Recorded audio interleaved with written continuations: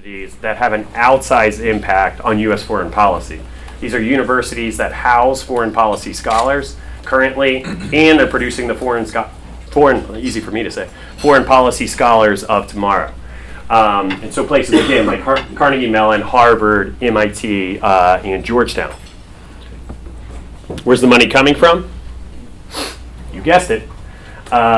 Some of our friends and some of our frenemies, number one, far and away, the number one giving government into higher education is the government of Qatar. Specifically the Qatar Foundation. We're going to come back to Qatar very shortly, and we'll talk about their relationship with my lovely alma mater, Texas A&M. But also on this list, you'll notice a lot of U.S. allies too. England, Bermuda, Canada, the Swiss, Japan, India, a lot of allies of the U.S. as well. China and Hong Kong coming in there. And this is an interesting thing I think worth noting, because you've probably heard about the Confucius Institutes. Confucius Institutes have, I think very rightfully so, gotten a lot of media attention and for their influence on college campuses. And we'll talk more about that in a minute. But the interesting thing about the Confucius Institutes and Chinese influence, they're only in the top 5. They're $100 billion behind Saudi Arabia. And they're less than half of Qatari money spent on U.S. campuses in the last 6 years. And yet we know so much about this. What do we know about Saudi Arabia's influence on campus? What do we know about Qatar's influence on campus? Heck, I don't know what Bermuda's doing on campus. I hope it's about some nice vacations, but we really have no idea what's going on in here. And there's a reason for that. When we're talking about foreign money and the foreign influence on campus, to me, it is still very much a question mark. And that's why this isn't a title. This is very much a question. Because there's no transparency about what these foreign powers are getting for their money. What we see, I'll show you what an actual snippet from the database here. This is what the Department of Education's database looks like. I just took a pure screenshot of it. And so you get some basic stuff. Like we know, okay, this is going to Texas A&M. I told you I was going to pick on my alma mater. So we know it's going to Texas A&M. Texas A&M deep in the heart of Texas. That's fantastic. We know when the gift was received. Tell you the gift amount. We know it's from Qatar Foundation. But then we get this sort of nebulous category of gift type. And I'll spoil it for you. There's only 2 gift types. There's just contracts and gifts. And that's it. We don't know what this contract says. We have no idea. Texas A&M has a campus in Doha, in Qatar. Is this money going to that campus? Is it going to College Station, the campus there? We have absolutely no idea. Is it going to the Bush School, where I briefly taught, or the Political Science Department, where I got my degree? We had some fantastic facilities. For all I know, those were funded by the Qatari government. We honestly have no idea. And heaven forbid you try to find out, the Qatari government just might sue you. This is actually a case that is going through the court system in Texas right now. Some interested folks over there, the Sikora Legal Institute, this caught their attention. The amount of money going from the Qatari government to Texas A&M University, and so the folks there, Sikora is a nonprofit in Texas. They said we'd like to know more, so they filed a Freedom of Information Act request to try and get that contract between the Qatari government and Texas A&M. The Qatar Foundation immediately said, absolutely not. They didn't sue Zakor. Who they sued was the Attorney General of the state of Texas to prohibit them from complying with that FOIA request. So Zakor countered. As of a month ago, this is still working its way through the court system.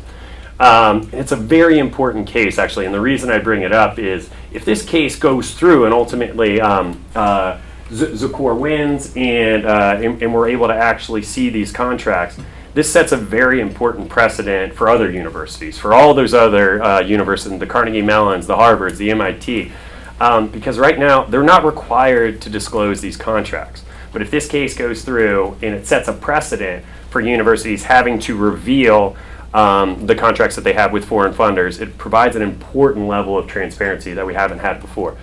Johnny warned me that my presentations were far too depressing. So there is some good news here if this case passes. Maybe there's some hope for us yet.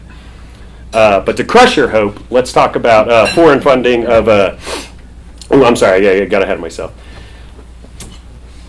Another big question that we get about foreign funding on campus is the sort of so what question. And it's so what if foreign governments are giving money to American universities? Everybody knows our higher ed system is really struggling financially right now.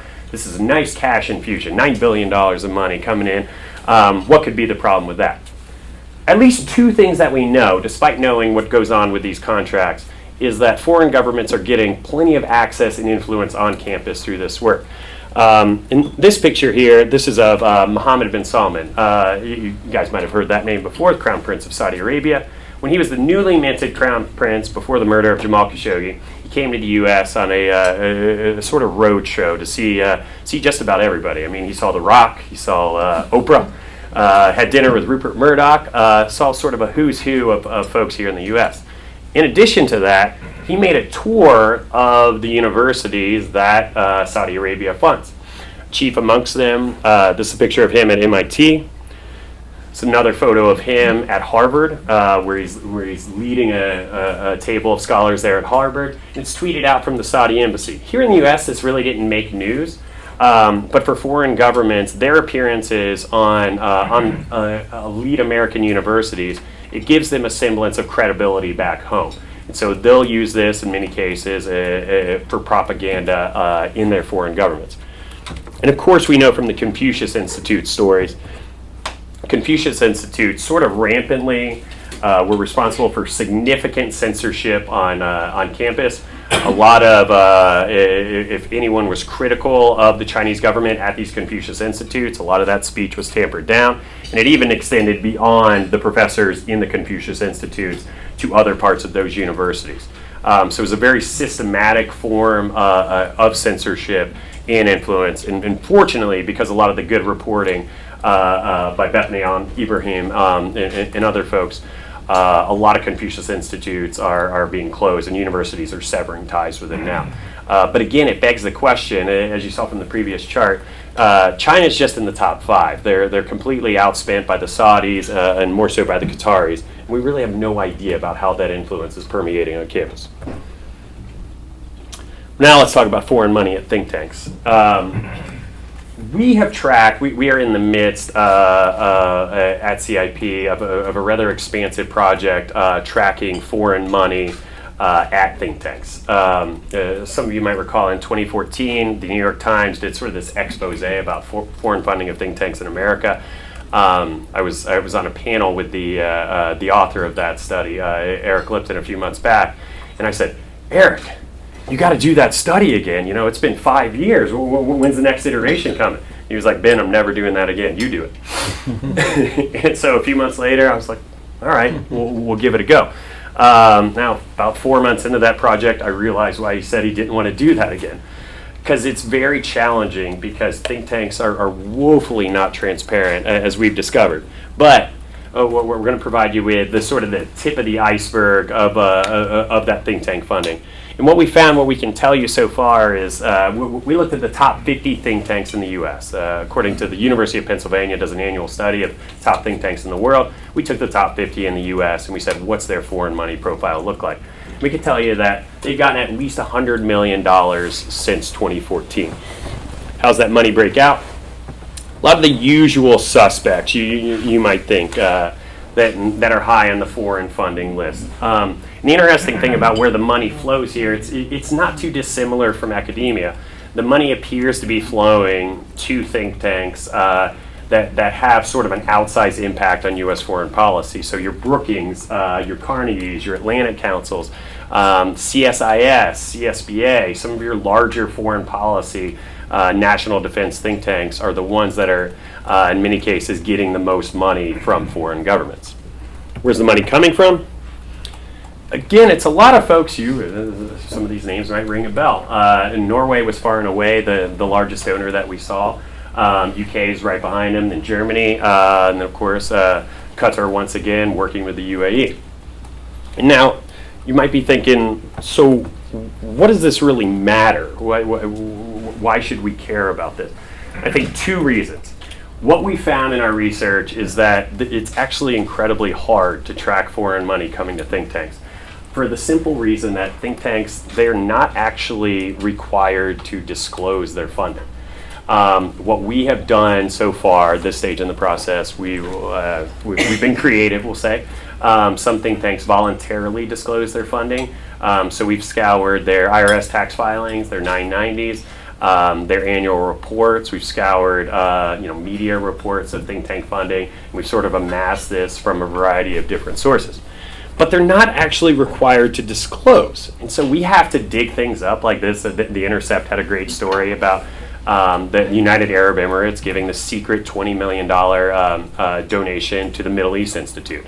And the reason the Intercept was able to get this was simply because the UAE ambassador, Otaiba, his emails leaked. Somebody hacked his emails, a bunch of his emails leaked, were sent to a bunch of reporters. So the reporters scoured through them, and they actually found this $20 million exchange just sort of hidden in his emails. The Middle East Institute didn't report this previously didn't report this contribution, and certainly the UAE government didn't announce it either. So we've had to grab things like this and include them in our database, because this is what an IRS tax filing for a think tank actually looks like. And so think tanks, most think tanks are 501c3 nonprofit organizations. As a 501c3, you're not required to disclose your donors. Schedule B is your contributors list, your list of donors. This one here is for the Center for Strategic and International Studies. And we can tell you from CSIS's annual reports that they do get money from foreign governments. They give us a sort of ballpark range of it. And by the way, in our data set, we have different categories of full disclosure, some disclosure, and absolutely no disclosure, so sort of blank spot. And unfortunately, of our 50 think tanks, over a quarter of them fall into that absolutely no disclosure category. So they're just sort of a black box for us. So I didn't want to pick on CSIS too much, because they do disclose some of their information, but not all of it. And this is their actual 990, their Schedule B tax filing. And it does tell us a little bit of information. We get person one, they have to list their top donors here. And so person one made a nice check of over $6 million to CSIS that year, pretty hearty contribution. But you'll notice what I want to focus on is the absence here. This name, address, and zip code category is completely empty. And whether that's a domestic donor, whether that's a foreign donor, they do not have to provide that information in there. And let me tell you, somebody who's looked through a lot of these, they do not provide that information. And the same is true for both domestic donors and foreign donors. But this brings me to a simple hope for the future and a possible change. A simple change in the IRS tax code to say, if it's a foreign donor who's one of these top contributors, you have to provide that information in there.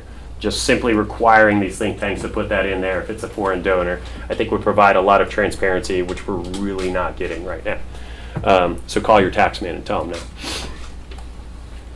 So when we're talking about what we get, what happens with these think tanks, and a lot of us here work at think tanks, and a lot of us have certainly seen the work of other think tanks and trying and seeing how that influence work. I think of three big things, and this correlates with some of the other work we're doing.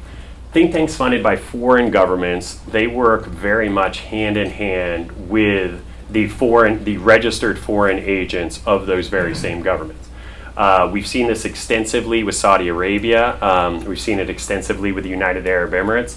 I can tell you on the exact date, a think tank scholar funded by the UAE met with a foreign agent also working for the UAE. We can also tell you that the UAE lobbyist talking points are often echoed by think tank scholars working at places that are also funded by the UAE. Which begs a whole another set of questions about should think tanks be registered foreign agents, which I think in some cases is a fair question. But at the very least, we know that there is significant cooperation between these foreign governments, think tanks, and their registered foreign agents.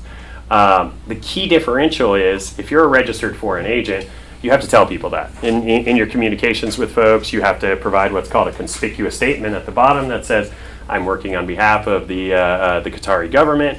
and basically they're paying you. If you're at a think tank funded by Qatar, say Brookings, which gets over $2 million a year from Qatar, you don't have to tell anybody that. Brookings voluntarily discloses that information, but when one of their scholars goes and testifies before the Hill at a hearing on the Middle East, they don't have to report that. It doesn't have to show up at all. So it's an important kind of trifecta that's going on here. And by the way, we also see this too in our data. We found that a lot of the universities that are being funded by these foreign governments, they too are working with the registered foreign agents. They too, in some cases, are effectively regurgitating the talking points that these countries' PR firms are putting out. And again, those folks in academia, they're not required to disclose that their university receives money from these foreign governments, even if they're using those talking points from those foreign agents. So again, it's a lot of influence that kind of goes under the radar. Another issue too is that think tanks that are funded by foreign governments, in many cases, their diplomats have very direct access to those scholars at those think tanks. And we've seen this especially, again, going back to the UAE and their ambassador, Otaiba. He, amongst other things in his leaked emails, he talked about how he was able to have access to a number of think tanks that the UAE is funding purely because he's funding. And he could connect other folks at the embassy with those folks at those think tanks. And so at the very least, you get this sort of diplomatic level access that you might not otherwise get. And again, we really saw this in the data too. We see Otaiba speaking at the Middle East Institute, for example. As you might remember, the Middle East Institute was the beneficiary of that $20 million secret contribution. And we see the Middle East Institute providing a lot of pro-UAE talking points as well. And what we really saw, the post-Khashoggi response, I don't know if you can think back to that time period, it was fascinating for me at least, as we were just starting our think tank funding research, to notice that a lot of these think tanks, they just didn't say anything for a while. The post-Khashoggi response was incredibly muted from a lot of these, even progressive think tanks. And the Center for American Progress was, I think, very notable at this time. And what we learned after the fact was the Center for American Progress, a staffer there, he had worked quite convincingly to alter the Center for American Progress's response to Khashoggi's disappearance. Initially, CAP they had created this press release that was very critical of the Saudis, that had these very specific punishments that the U.S. should do in terms of sanctions for Saudi Arabia and other things, no arms sales. This particular staffer, he said, can't include those things. We got to take that information out of the release. And he did. He was successful, and so you read CAP's ultimate press release about Khashoggi. It's condemning of Saudi Arabia, but doesn't call for any specific actions. Well, unfortunately for that staffer, that email chain leaked, and stories were written about it, and it sort of put a black spot on that staffer's head. So do you think CAP punished that staffer? No, CAP did the opposite.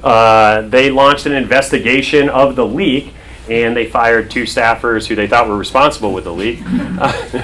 Neither of those staffers was. The Intercept ran the story, and the Intercept came out later and was just as befuddled as the rest of us by this investigation. And the Intercept confessed that neither of those staffers that you fired were actually the leakers. And by the way, one of those staffers that CAP fired, he was on paternity leave too.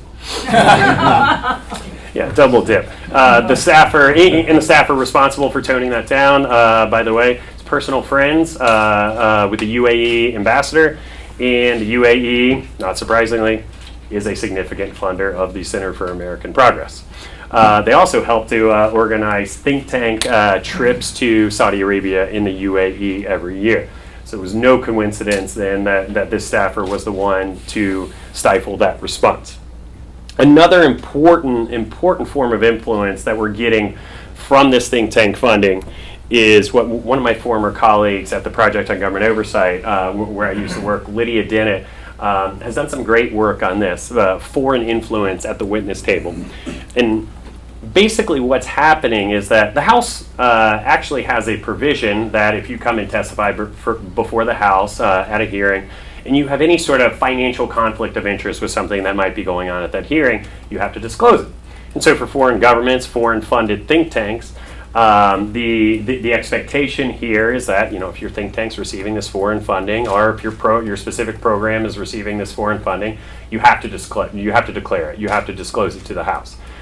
Good provision in theory. Unfortunately, it has absolutely no bite to it. There is really no real punishment for violating it. And what Lydia and the good folks at the Project on Government Oversight have found, that the law is just effectively ignored in most cases. Most folks aren't declaring, most folks that are testifying, they're not declaring their foreign funders at their think tank, and they're not declaring any potential biases that they might have. And that's just in the House. The Senate provision, it's non-existent. It just simply does not exist whatsoever.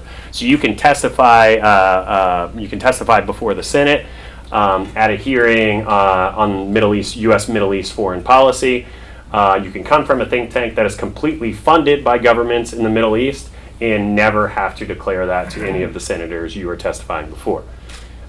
Needless to say, that's ridiculous to me. I think in terms of moving forward, what can we do better? I think that House provision should absolutely be adopted in the Senate, and both the House and the Senate provisions could include improvements to actually provide some teeth to it and actually punish folks for not declaring those conflicts of interest. And that could include, least of all, not being allowed to testify again if you fail to disclose those conflicts of interest.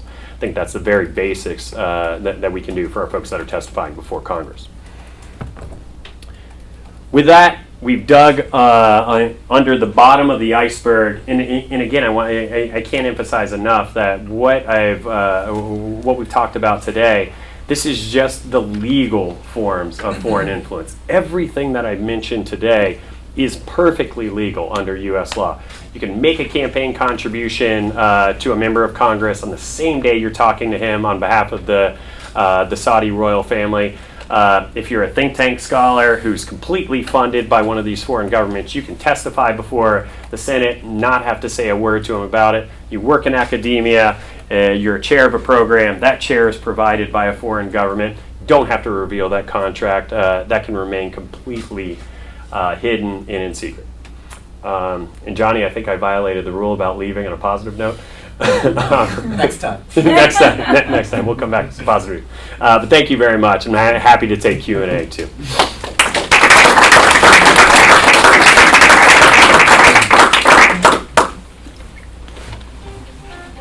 Yes, sir. So everything you're saying is only about government funding, is that right? And what about private individuals who may be connected indirectly to governments overseas? Yeah, that's a great question. We track that too in our think tank funding database. So any private citizen from any foreign country, it's mostly foreign governments is why I usually say foreign governments, but we do track private citizens from foreign countries too. The DOE data, they I believe do that as well. Private citizens, I think their criteria is if it's a private citizen that's sort of government connected. Somehow they do track. Question.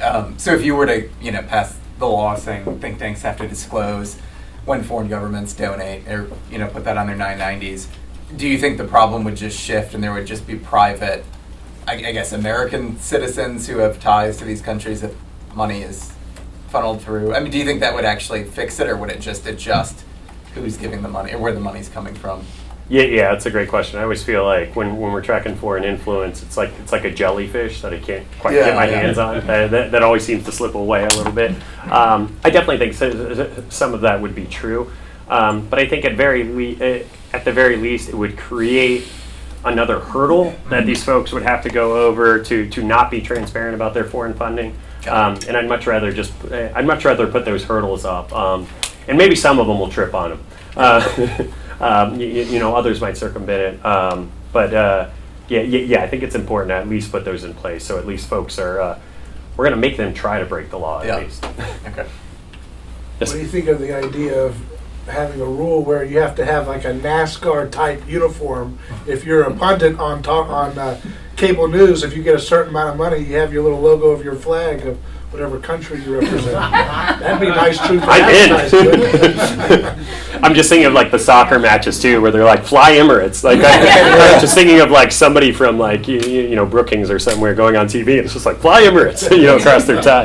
It'd be truth in advertising for a government. Be truth in advertising, and I think we can really pitch this to the DC establishment. It's like you really want to, you know, increase fundraising. You know, you got to start selling your pundits. You know, we flip it both sides. We incentivize them to do this. No, I love it. Do you find that there's a lot of, you know, pushback from lawmakers that you talk to on this? Of course. Yeah, I mean, it's an interesting. It's both, really, if I'm honest. And you have really good folks, like I mentioned Senator Grassley, who's just been great on this. Some good folks on the House, too. You know, Ken Buck and others have done really good work on this. And to me, it's a bipartisan issue. When you actually talk to folks, you talk to folks about all this stuff. I've yet to really run into the pro foreign influence lobby on the other side. The people that are like no, we need less sovereignty. You know, we need more foreign governments making our foreign policy. That's really not there. So at least the talking points are certainly on our side. One of the problems, I think, in terms of foreign influence reform and changing some of these laws like FARA is so much of it has gotten politicized. And so much of it has gotten caught up in partisan politics post-2016 election.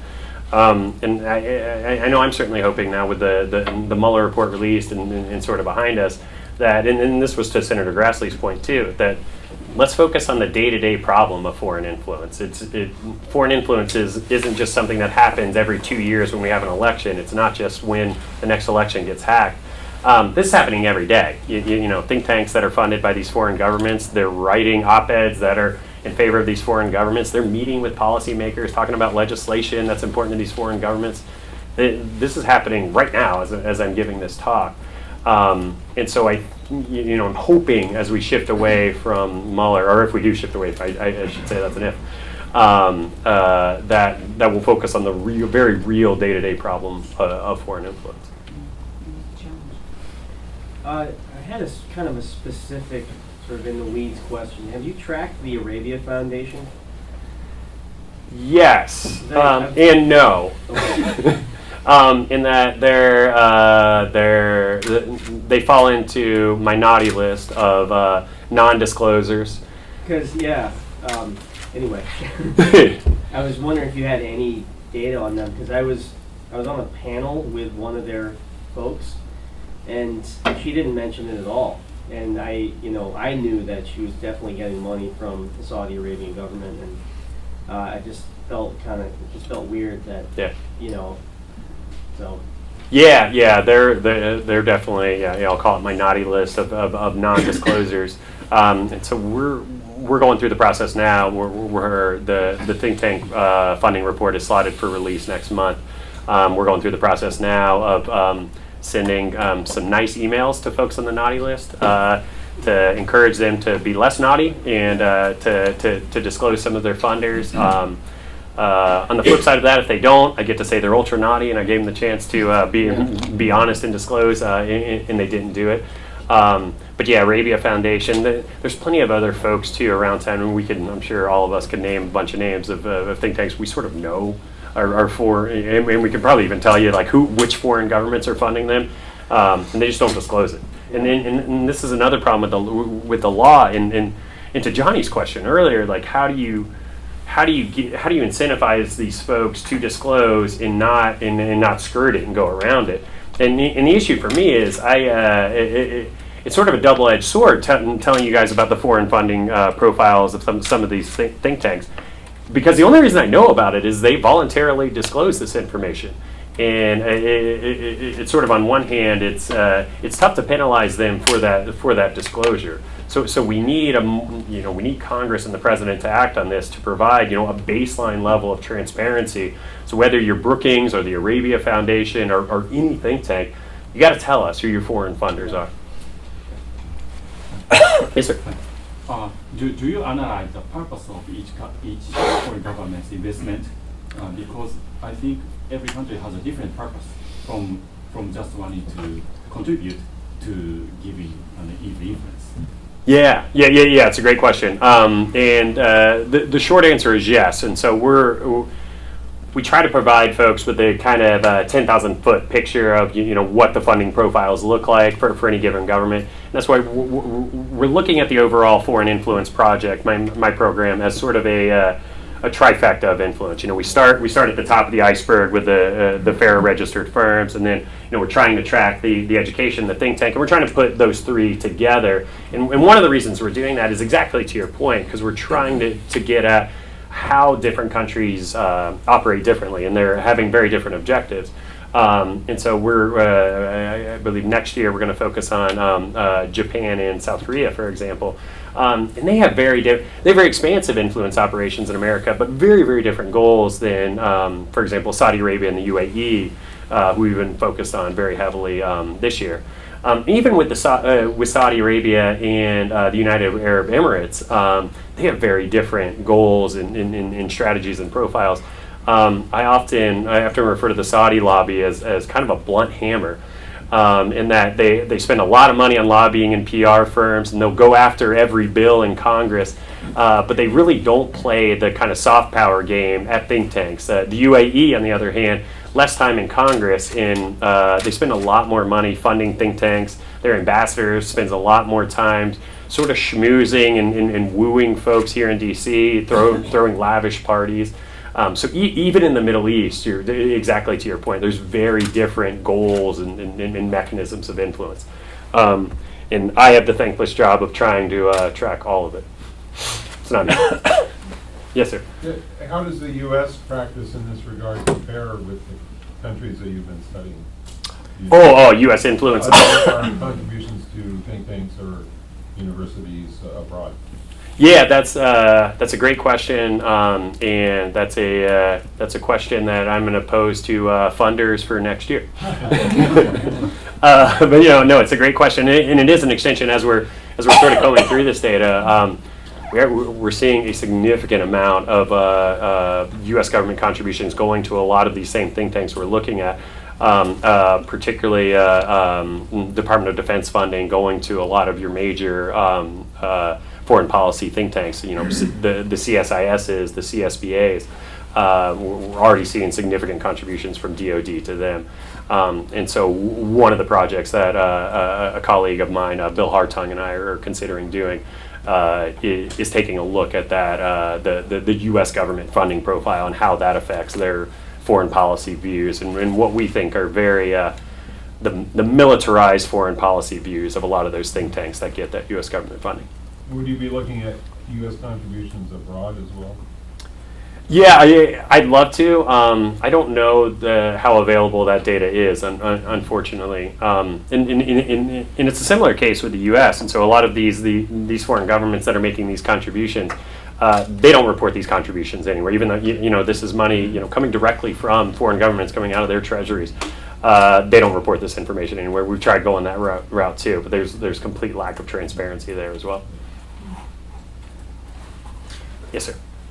When you're talking about the foreign money going into think tanks, you're saying foreign government money. I mean, how hard is it to disambiguate between like whether it's coming from a government or say like a private interest in that company? Like Norway, for example, is that the Norwegian government or is it some rich guy in Norway or a drug company that's based in Norway or Yeah. There's gotta be, and I mean, and of course in some countries that have less free markets, there's not that much of a difference between a corporation and the government. So right. That's got to be a challenge, right?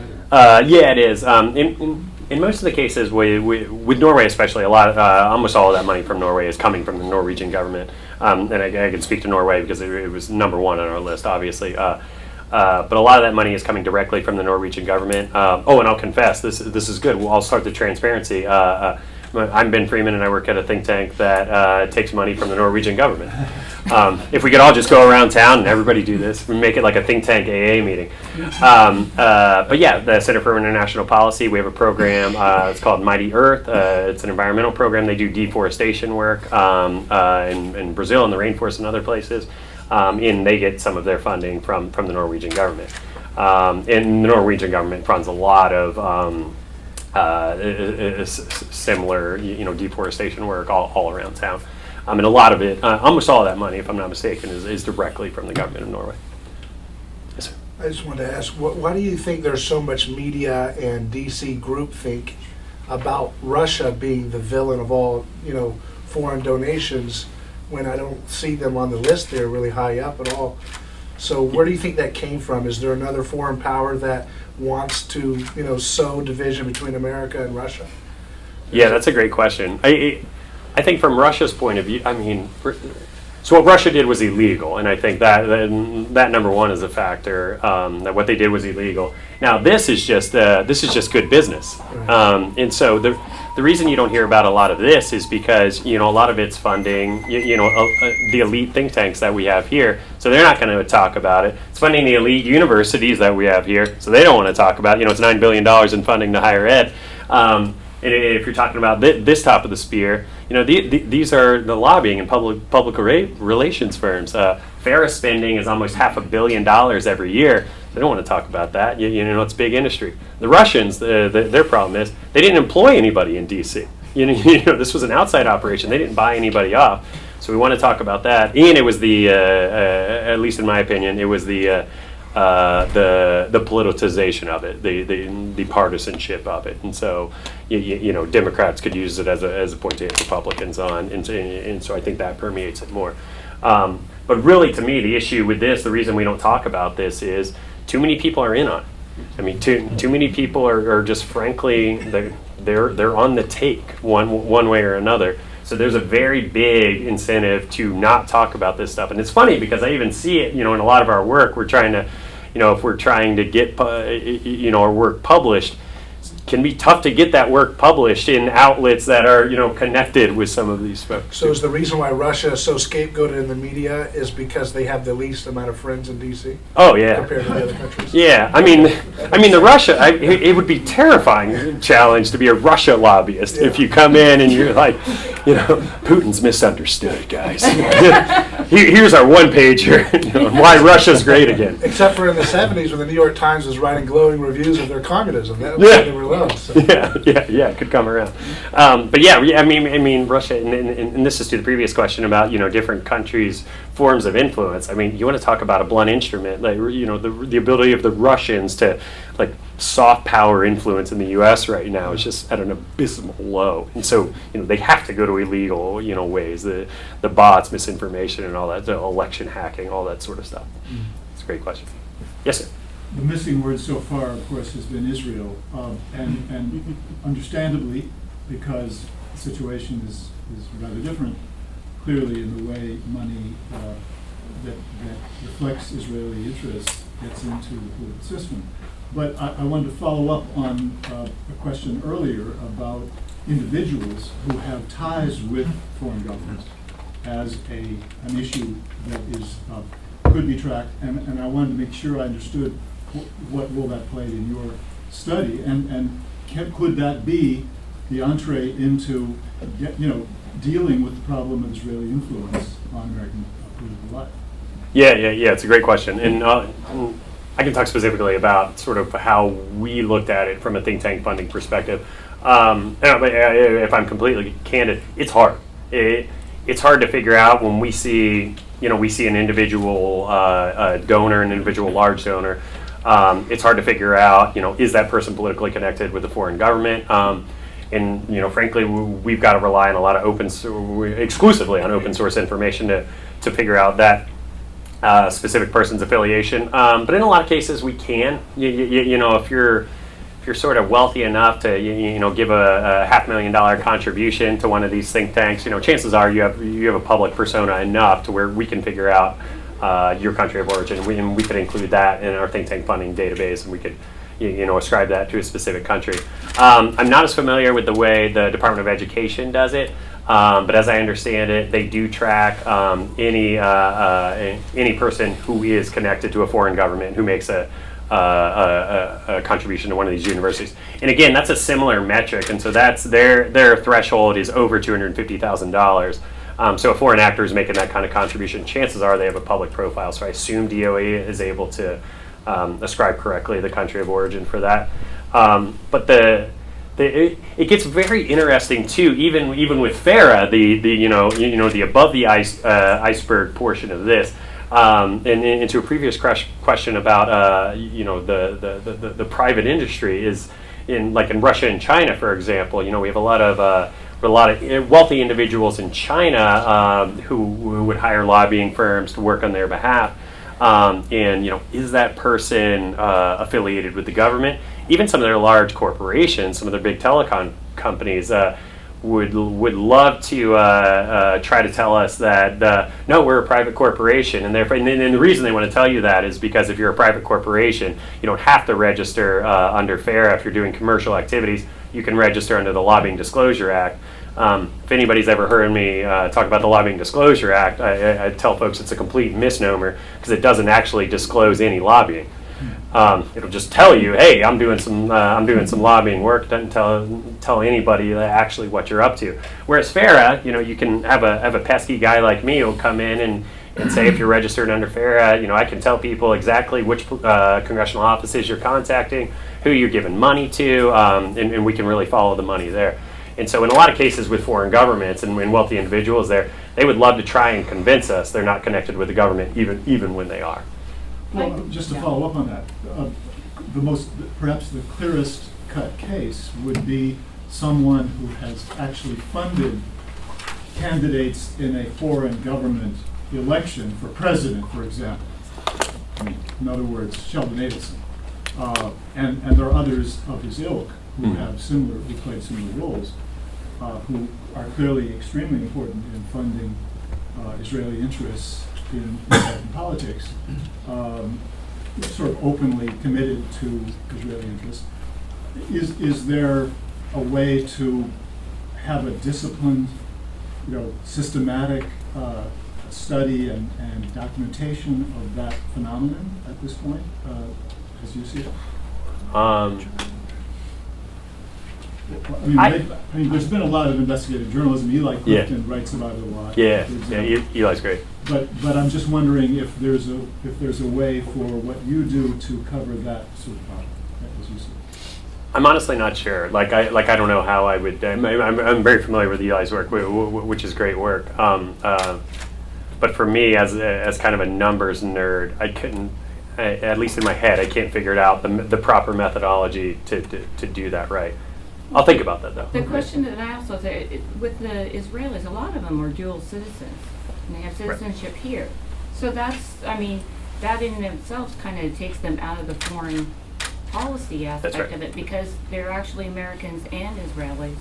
Is there something to be done legislatively, maybe to say that if they hold another passport, that they have to disclose under these rules? That's just they're skirting the law by having two passports. Of course, the Israelis aren't the only ones, but they're the ones with the most money that are out there doing this. Yeah, I'd say that's a good question. There might be some constitutional concerns with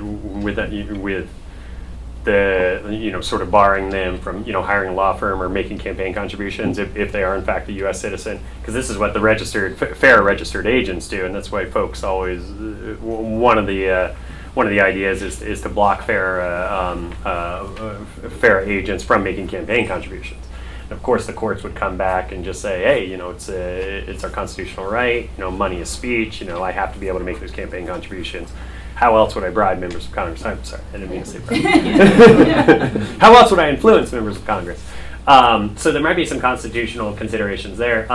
But this is actually, can you maybe think of the one of the proposals that Senator Grassley and some other folks have recommended is doing away with this commercial activities exemption under FARA, and this would also get at the previous question of, is this person or is this foreign business connected to the government or not? If you do away with that commercial activities exemption under FARA, then you would just say, hey, you're a foreign company, you're a foreign person, you got to register under FARA. We're not going to let you get away with registering under the Lobbying Disclosure Act, which doesn't actually disclose lobbying. You're all going to have to register under FARA. So then Ben can be really annoying and analyze everything you're doing. Time for one more question. You go, please. Ben, thanks so much. Great presentation.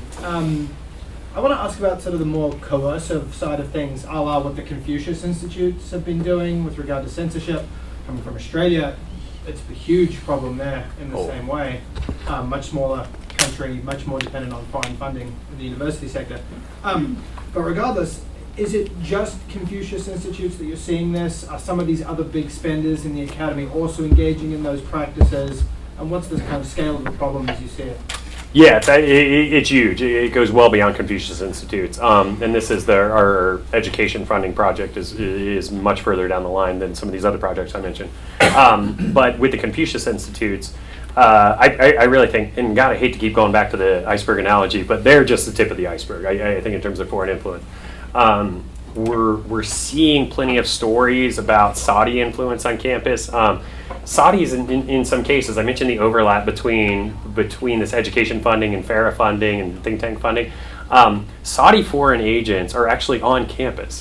Saudi Arabia has registered foreign agents. There was a professor at Syracuse who was a full professor at Syracuse, and he was a registered Saudi foreign agent too. By the way, Syracuse also has gotten money from Saudi Arabia. And so when you're seeing connections that are that direct, oh, and by the way, he runs a foreign policy program that includes senior DoD officials in that program. And so when you see these connections, I mean, it seems to me, at least from what we've seen for Saudi Arabia, I would say it's just as pervasive for Saudi Arabia, though not as organized as the Confucius Institute influence is. Saudi influence is a little more dispersed. Same thing with the Qataris too. We're going to see a lot. We're going to hear a lot more about this, the Qatari Texas A&M case that I mentioned coming forward too, and about how that's affected speakers over there. I know professors that have taught at that Doha campus, and there are definitely some issues there with censorship as well. I've talked to professors who teach at NYU. And NYU has a campus in the United Arab Emirates, and censorship at that NYU campus in the UAE is apparently atrocious.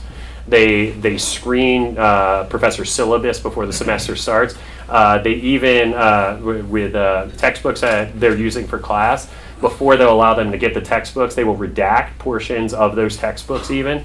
One professor I talked to was followed by the police multiple times in the UAE, and so low-level intimidation for calling out some of the censorship work. This is all to say, I think the Confucius Institutes were the tip of the iceberg, and I think we need to see a lot more research into exactly what these foreign powers are getting for their money on American universities. Thank you all so much once again. I really appreciate it.